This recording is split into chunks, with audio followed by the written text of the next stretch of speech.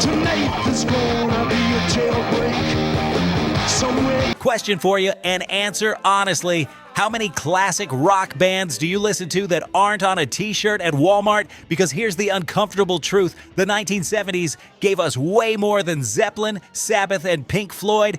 But a lot of incredible bands got erased, not because they were weak, because the machine didn't know how to sell them. Tonight, we're digging up the bands you forgot existed, bands that built the sound other people got rich from. We're talking guitar players who influenced the 80s metal scene before metal even had a name. We're talking twin lead harmonies that Iron Maiden straight up borrowed. We're talking groups who were doing LA glam sleaze in 1977, years before the Sunset Strip cashed in. Here's the question. If these bands were so important, why did history bury them? In this video, we're counting down the top 10 70s rock bands you forgot existed but absolutely deserved more love. Some of these names were selling out arenas. Some of them basically wrote the blueprint for modern hard rock and never got paid for it. And some of them, you've heard their riffs 1,000 times and didn't even know it was them. If you're the kind of fan who loves saying, "I knew them before everybody else," stay right here, because by the end of this list, you're gonna have receipts. Let's start at number 10, and I'm warning you now, by the time we get to Roar 1, you're gonna be angry that this band isn't talked about next to Zeppelin. No treasures without love, I cannot win. It's the mid-1970s. Glam rock is everywhere. People are putting on glitter, platform boots, and doing look at me theater on stage. At the same time, prog rock is also huge. You've got bands playing 9-minute songs with 14 time changes and album covers that look like weird science fiction novels. Most bands pick a lane. We are like ships in the night. Glam or prog. Be-Bop Deluxe didn't. Be-Bop Deluxe, led by English guitarist and songwriter Bill Nelson, lived in the in-between. They weren't just trying to look stylish, they were trying to bend the form. They mixed glam's visual confidence with prog's brains and art school ambition. Sailing our souls down the river. They were playing with melody, with jazz flavors, with futuristic themes, and still giving you hooks. Their song Ships in the Night from the 1976 album Sunburst Finish actually charted in the UK. It wasn't just some weird underground cassette-only bootleg thing. They were close. They were right there. But in the United States, they stayed cult. They became one of those bands people brag about knowing. Here's why they mattered. Be-Bop Deluxe proved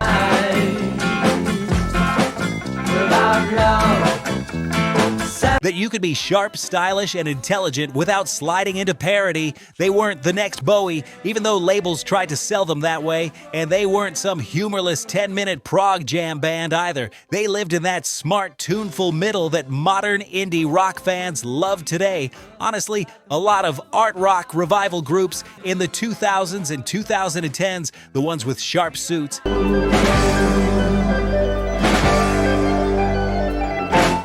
angular riffs, and clever lyrics, you can draw a line backwards to Bill Nelson. Do you prefer rock that's raw and simple, or rock that's clever and styled? Which one lasts longer? Because Be-Bop Deluxe had both. Now we go darker, more muscle. I'll take you away. Before Glenn Hughes was the voice of rock, before he joined Deep Purple in the mid-70s and started blowing people's heads off with those high, soulful vocals, he was in Trapeze. Trapeze was a British band that never fully hit mainstream superstardom, but they were dangerous in the best way. Their sound was bluesy, heavy, and low to the ground, but with something more in the engine: groove.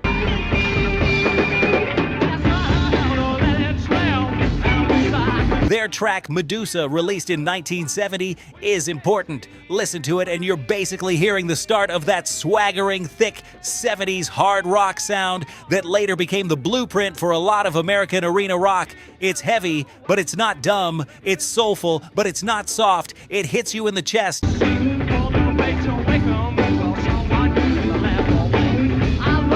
Here's why Trapeze mattered. They proved you could fuse funk-level rhythm, that deep pocket groove, with hard rock guitars without turning into a joke. The idea that heavy rock could still move, still swing, still have muscle and hips at the same time, Trapeze was doing that.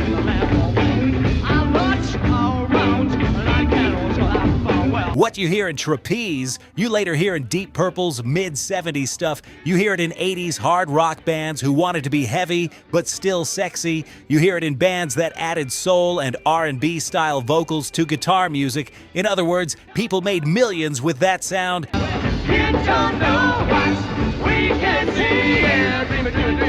But the early form of it, you find it in Trapeze. Drop this question for your audience. Do you think rock lost something when it stopped having groove and just went full power chord? Or do you like it straight, no swing? Take that into the comments. Now we step into something sleazier.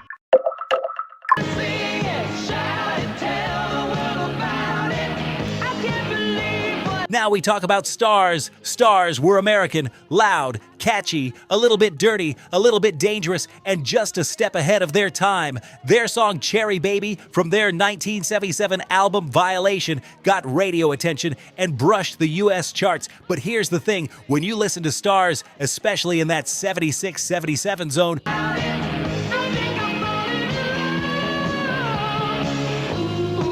you're basically listening to an early version of what the world would later call hair metal or glam metal. And this is years before the Sunset Strip scene blows up in Los Angeles. In the 80s, this band had it all. Big hooks, sing-along choruses, attitude, sex, and that slightly, we don't care if your parents hate it tone.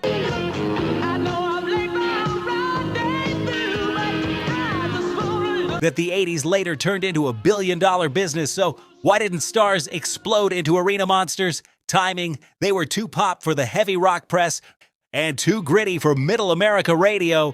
Rock critics in the 70s still wanted serious. Starz wanted loud fun. In 1985, that was gold. In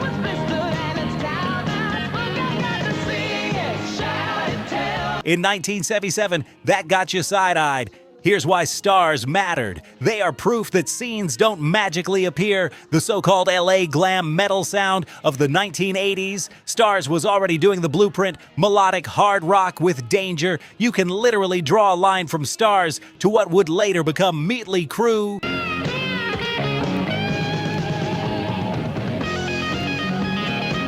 Rat, all of that glossy, wicked nightlife, leather and lip gloss energy. Do you hear early 80s glam metal in this, or am I just obsessed?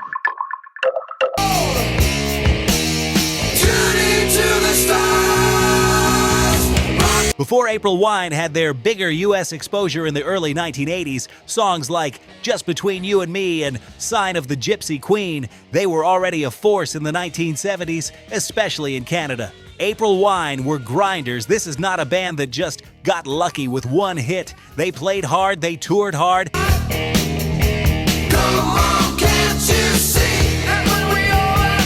And they built a loyal base by delivering tight, riff-driven rock that hit fast. Their 1975 track, Ooh What a Night, off the album Stand Back, is pure ignition, under 3 minutes, no filler. It sounds like a bar fight that learned how to count to 4. It has that Friday night, sweat in the air, neon signs energy. To the stars, rock and roll guitar. You can picture it in a small club packed wall to wall. Here's why April Wine mattered. They proved a rock band from Canada didn't have to soften the sound just to cross over. They weren't begging American radio to accept them. They were already doing arena-ready hard rock on their own terms.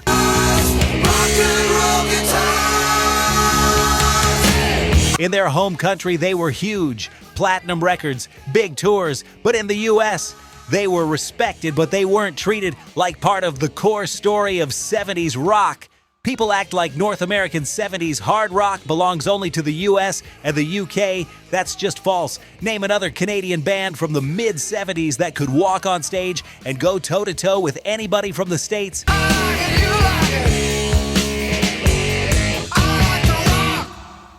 April Wine could. Did you know Ooh What a Night before this video? Or is this the first time you're hearing that title in your life? Admit it, a lot of people are about to pretend they knew it. Now we go to number 6, and this one is important for guitar players especially.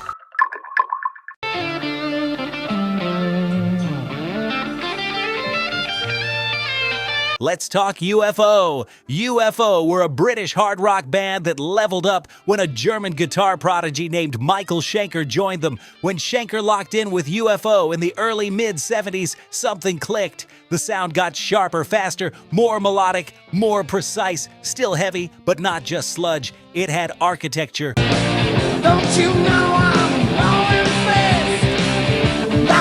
Their 1974 track, Doctor Doctor, from the album Phenomenon, is a turning point song. Listen to it, and you are hearing the bridge between early 70s hard rock and what would become late 70s, early 80s melodic metal and arena rock. It hits hard, it moves fast, but it's not just noise. It's structured, it's clean, it's hooky, it's memorable. Here's why UFO mattered.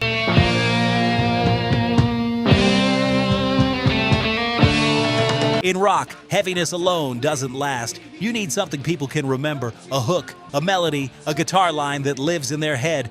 UFO were doing that combination, heavy but tuneful, before a lot of bigger name 80s bands even existed, and make no mistake,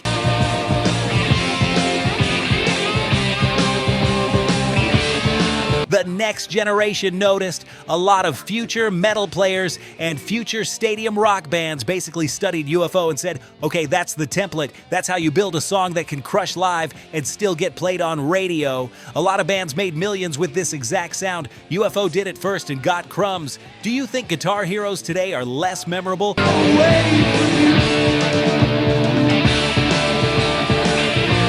Or are we just not paying attention the way fans did in the 70s? Pause and breathe, because what you've just heard from 10 to 6 is not side trivia. These are not footnotes. These 5 bands are part of the foundation of modern rock. Be-Bop Deluxe showed you could be stylish and intelligent at the same time.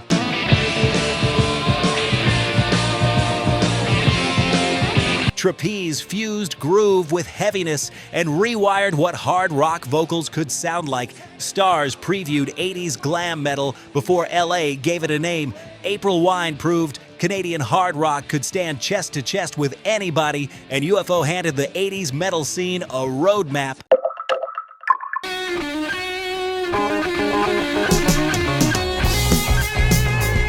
Before metal had rules, there was Budgie. Budgie were a power trio from Wales. 3 guys, that's it. No giant keyboard rig, no 12-person choir, just raw electricity. Most heavy bands in the early 70s were slow,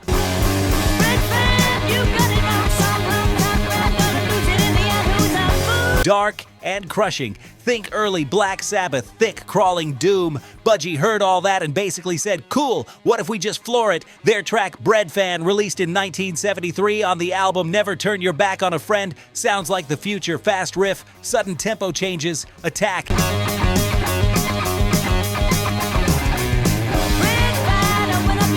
It's aggressive in a way that almost predicts speed metal and thrash metal. And remember, this is 1973. Thrash doesn't exist yet in the mainstream story.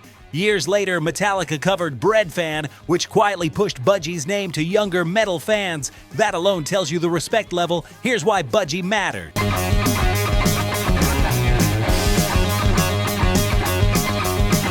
Budgie proved heavy music didn't have to be slow. You could be fast, technical, and still dangerous. They were basically saying, we're not just going to be heavy, we're going to be violent, fast, heavy.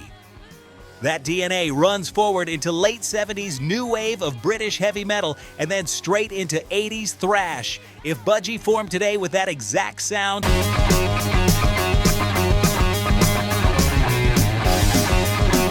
every label would call them game-changing. In the 70s, they were just called too much.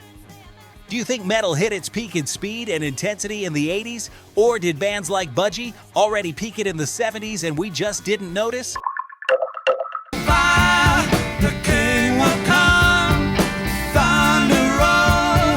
When people talk about 2 lead guitars, most casual fans jump to Thin Lizzy or Iron Maiden. That's fair, but that's not where it started. Wishbone Ash were there early. Wishbone Ash, a British band, helped build the twin lead harmony style. 2 guitars, not just taking turns soloing, but actually playing melody lines together.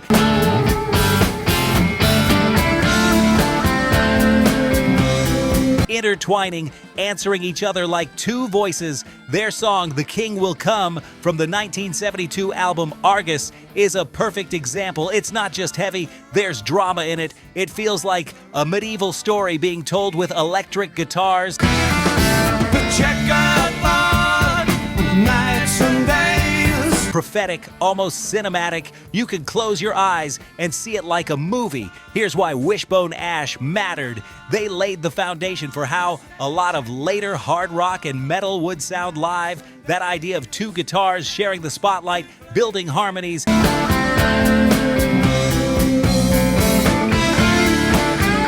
Creating that rising wall of melody. Thin Lizzy took it and weaponized it. Judas Priest took it and sharpened it. Iron Maiden took it and made it an anthem.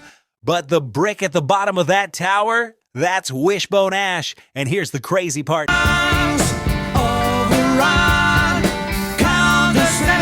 Outside of guitar nerd forums and serious collectors, people almost never say their name in the main story of 70s rock. No Wishbone Ash, no Iron Maiden as you know it. Be honest, how many of you had even heard the name Wishbone Ash before this video?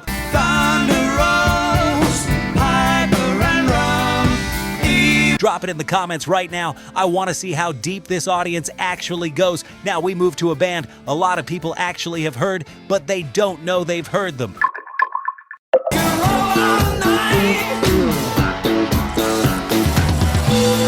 Number 3 is Foghat. And I know what some people are going to say already. Wait, Foghat? I know that name. Weren't they like a bar band? Yeah, a bar band that went gold and packed arenas. Here's the truth. Foghat formed out of the British blues rock scene. Some of the guys came from Savoy Brown, and then they basically moved into American boogie rock and hit hard.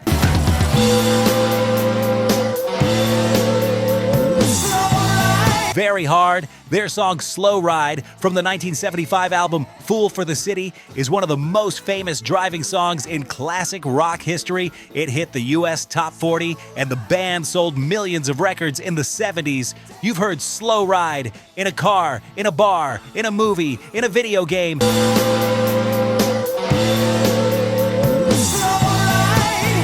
Everyone has heard Slow Ride, but here's the problem. People know the track. They don't give the band credit. Foghat took barroom blues, greasy, sweaty, lower the lights blues, and proved it could cross into mainstream US FM radio without getting watered down. That's not easy. You either lose the grit or you don't get airplay.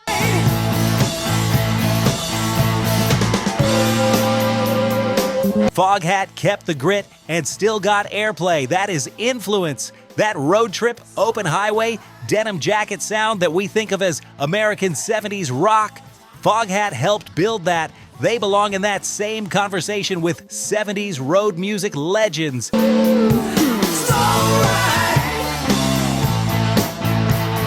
But they're treated like a trivia answer. You've heard Foghat 100 times, you just didn't know it was Foghat. Name another Foghat song besides Slow Ride. No cheating. Type it right now. Let's see who's real and who's bluffing. Now we're at number 2, and this is where underrated turns into disrespected.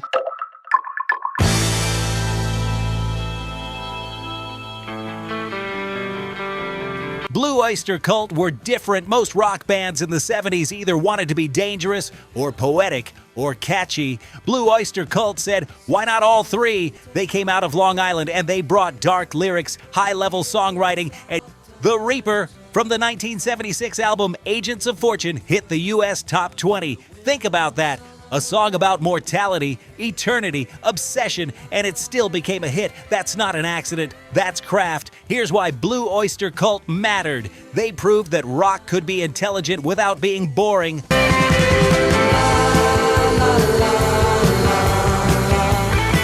They brought sci-fi, horror, mysticism, paranoia, and philosophy into hard rock and still made it radio. That bridge, that exact mix, is what later helped shape darker alternative rock, goth-inspired hard rock, and even certain corners of metal. They're also rare for another reason. Baby, take my hand.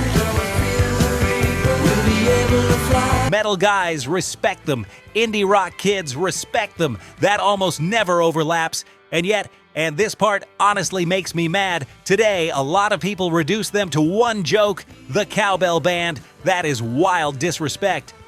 This band gets reduced to a cowbell joke now. That's insane. They helped design intelligent, most important American rock bands of the 70s? Yes or no? Don't think about the joke, think about the music. And now, number one.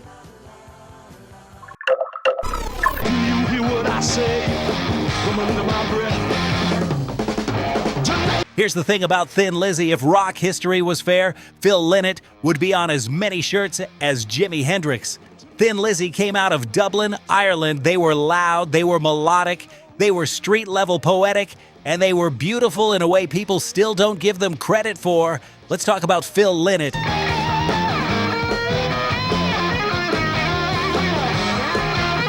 Phil Lynott wasn't just the singer and bassist, he was the storyteller. He wrote songs like short movies, he gave you characters, danger, heartbreak, pride, loneliness. He gave you men on the edge and men already over it. He brought vulnerability into hard rock without making it soft. That alone is huge. Most hard rock frontmen in the 70s were selling Tonight is gonna be jailbreak. Somewhere in this town. I'm a God. Phil Lynott was selling I'm Human, I'm Bleeding, I'm Still Standing. Their 1976 song Jailbreak from the album Jailbreak is a masterclass in everything Thin Lizzy did best. It's got the outlaw story, it's got the twin guitars, it's got that tension and release riff. Tonight is gonna be jailbreak. Somewhere in this town. That every 80s hard rock band basically copied and recycled for a decade. Here's why Thin Lizzy mattered and why they're number one on this list. Twin guitar attack. Everyone praises it in 80s metal, but Thin Lizzy helped bring it to the front of the stage. Two guitars locked together, moving like jet fighters. Somewhere in this town. That sound inspired entire genres after them. Thin Lizzy injected soul, romance, and emotional honesty into hard rock. You could be tough and still admit you felt something. You could talk about the street, but also talk about heartbreak. That became the model for a lot of later rock and metal frontmen. Phil Lynott was a walking headline, charismatic, stylish, intense, vulnerable. Won't you be around? He looked like a star and carried himself like a writer. There are frontmen with triple platinum records who still don't have his aura. Thin Lizzy should be mentioned in the same breath as Led Zeppelin, Deep Purple, and Black Sabbath. If they aren't, that's because the industry decides who gets to be legendary, not the music. Tonight is gonna be jailbreak. Somewhere in this town. Who is the most underrated frontman in rock history? Phil Lynott or someone else? Say the name. Educate us. These bands aren't side notes, they're foundation. Budgie lit the match for speed and thrash. Wishbone Ash built the two-guitar language. Somewhere in this town. Tonight there's gonna be a Foghat took blues grit to mainstream radio. Blue Oyster Cult made smart rock scary and addictive. Thin Lizzy wrote the rule book for style, danger, and heart. Here's the truth. You didn't forget them. You were never told. If you want more of the real story, not the radio rewrite, hit subscribe. This channel is keeping rock history honest. The journey doesn't end here, Rock Warrior. Watch this next.